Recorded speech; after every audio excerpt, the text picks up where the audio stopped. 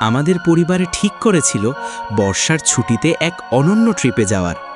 আমরা গিয়েছিলাম বারমুডা ট্রায়াঙ্গেলের কাছে, যেখানে পৃথিবীর সবচেয়ে রহস্যময় স্থানগুলোর একটি আছে। মা বললেন, সাবধান থেকো, এই এলাকা নিয়ে অনেক কল্পকাহিনী আছে। আমি ততক্ষণ কল্পনা করছিলাম না, কিন্তু যেদিন আমরা সেখানে পৌঁছলাম, অনুভূতিটা ভিন্ন ছিল। জল আর আকাশের মধ্যে যেন একটা অদ্ভুত গাঢ় সবুজ কুয়াশা ঘোলা হয়ে উঠেছিল, এবং হালকা বাতাসের সঙ্গে এক অদ্ভুত ফিসফিস ধ্বনি আসছিল। পথ চলার সময় আমাদের ছোট নৌকা হঠাৎই একটি অদ্ভুত টানেলের মুখোমুখি হয়ে গেল। টানেলটা দেখতেও সাধারণ, চওড়া, কিন্তু ভিতরে অন্ধকার এবং ভেতরের দেয়াল যেন ভেজা মাটি আর ছেঁড়া চূর্ণ কলা দিয়ে ঢেকে। বাবা বললেন, সাবধান, ভিতরে প্রবেশ করলে আর ফিরে আসা সহজ হবে না। আমি জানতাম, কিন্তু কৌতূহল আমার ভয়ের চেয়ে বড় ছিল।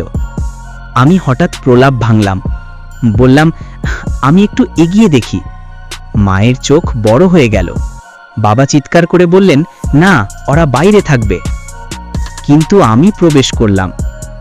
ভিতরে অন্ধকার এতটাই ঘন যে হাত সামলানো ছাড়া কিছুই দেখা যাচ্ছিল না। হঠাৎ একটা ঠান্ডা হাওয়া মুখে লাগলো, আর ভেতরের দেয়াল যেন ফিসফিস করে আমার নাম ডাকছিল। আমি এক ধাপ এগোতেই অনুভব করলাম মাটি কম্পিত হচ্ছে। হঠাৎই টানেলের শেষের দিকে যেন আলো ঝলমল করে উঠল। আমি দৌড়ে সেখানে পৌঁছালাম এবং চোখ খুলতেই দেখি আমি হঠাৎ এক অজানা ঘন জঙ্গলে চলে এসেছি।